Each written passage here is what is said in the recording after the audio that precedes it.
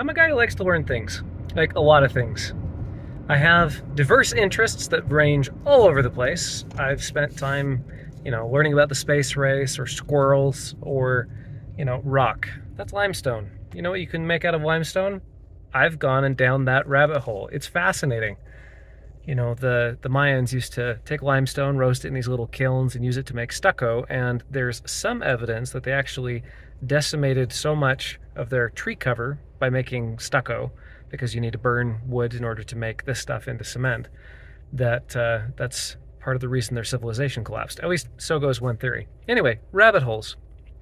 But the thing is, learning is actually hard.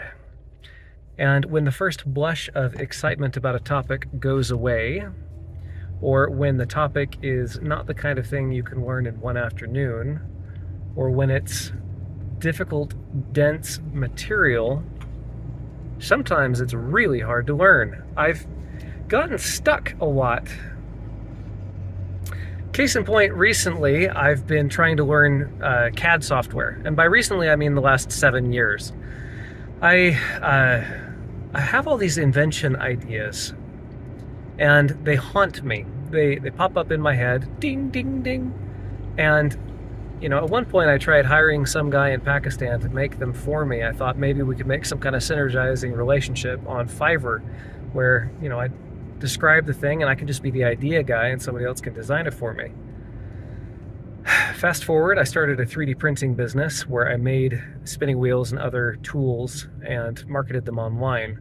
And for that, I just used Tinkercad, which is the CAD program used to introduce, that's my gaslight, ADHD for the win.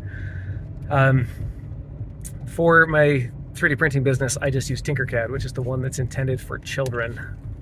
And it's not parametric, meaning you can't change things using complex relationships. You can't say that this side is one half of this side. You just have to put in the numbers manually for everything.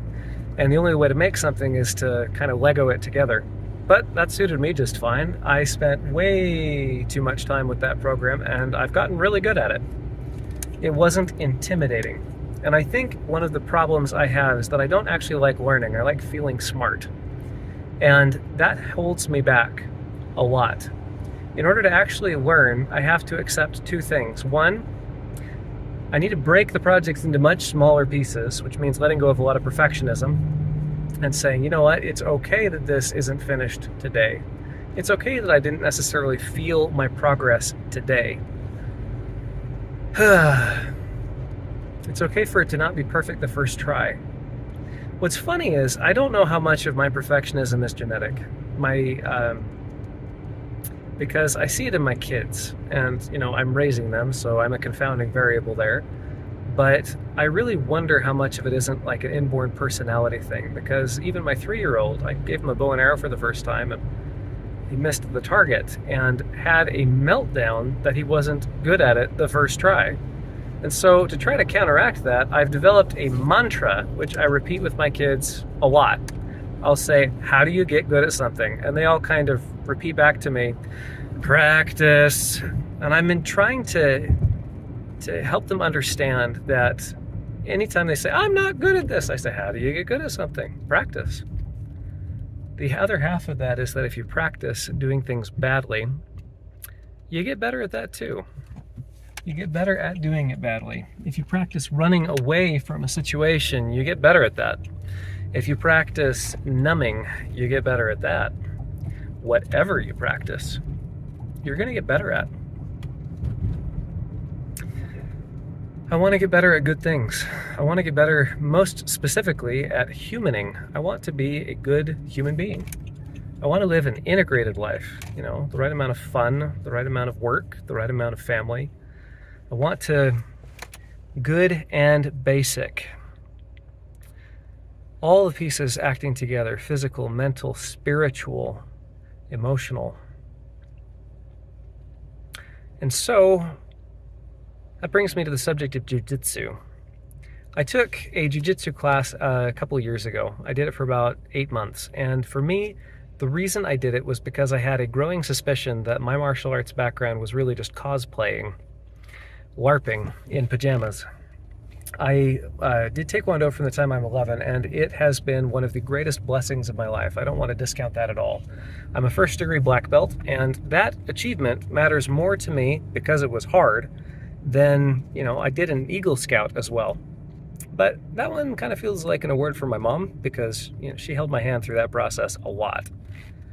And I'm grateful for that too. But because it wasn't hard for me, it doesn't feel like it's my achievement. It doesn't really feel significant to me. The black belt, on the other hand, was an uncoordinated, 11, 12, 13, 14, 15-year-old kid who really struggled in flexibility, having to learn discipline and having to learn body awareness. That was hard and meaningful, and I loved it. It taught me discipline. It taught me about the character of God by understanding mentoring relationships and watching way too many kung fu movies and, The Karate Kid and other such things. So I love that. But at the same time, when I was asked to teach a martial arts / self-defense class, I started digging down the rabbit hole and deciding, how much of what I know is actually useful in self-defense. I've never really gotten in a lot of fights, and the fights I did get in kind of turned into wrestling matches pretty quick. And a lot of it was social. So how do you defend yourself? I read a bunch of books, really good books by a guy named Rory Miller. And I realized that if I actually wanted to learn how to fight, I probably needed to take a wrestling course. I needed to learn some jiu-jitsu. And I needed to accept that I probably didn't know as much as I thought I did. I'm a black belt. What does that mean? So I took a jiu-jitsu class, and it was an exercise in applied humility. I love that aspect of how objective it is. When you take that class and you roll for the first time, you're going to get folded up in knots. They say it's the art of folding laundry with the people still in it. And as the noob, I was the guy getting folded up in knots. And I couldn't even see the moves coming. I didn't understand when I was in a good situation or a bad situation. I didn't understand any of that. So, that was helpful to be faced with my ignorance. And in that context, I was ready for it. I kind of was there for that. I wanted to find out if I was actually any good at fighting. Turns out not very. And I wanted to learn. And I accepted the ignorance. I accepted you're going to look like an idiot. I mean, you just are. And as a consequence, going back over and over again, there was eventually a transition point where, bad stuff was still happening to me. I was still getting folded up in knots, but I could see it coming. I was like, oh my gosh, he's setting up and he did. He got the thing. Over the course of the next couple of months, occasionally, when I would roll with someone newer than I was, I found that I was able to tie them up in knots. And occasionally with my peers, I was able to get a move to work. And occasionally I was able to just escape something. That was a big enough deal for me. I'm not good at it yet.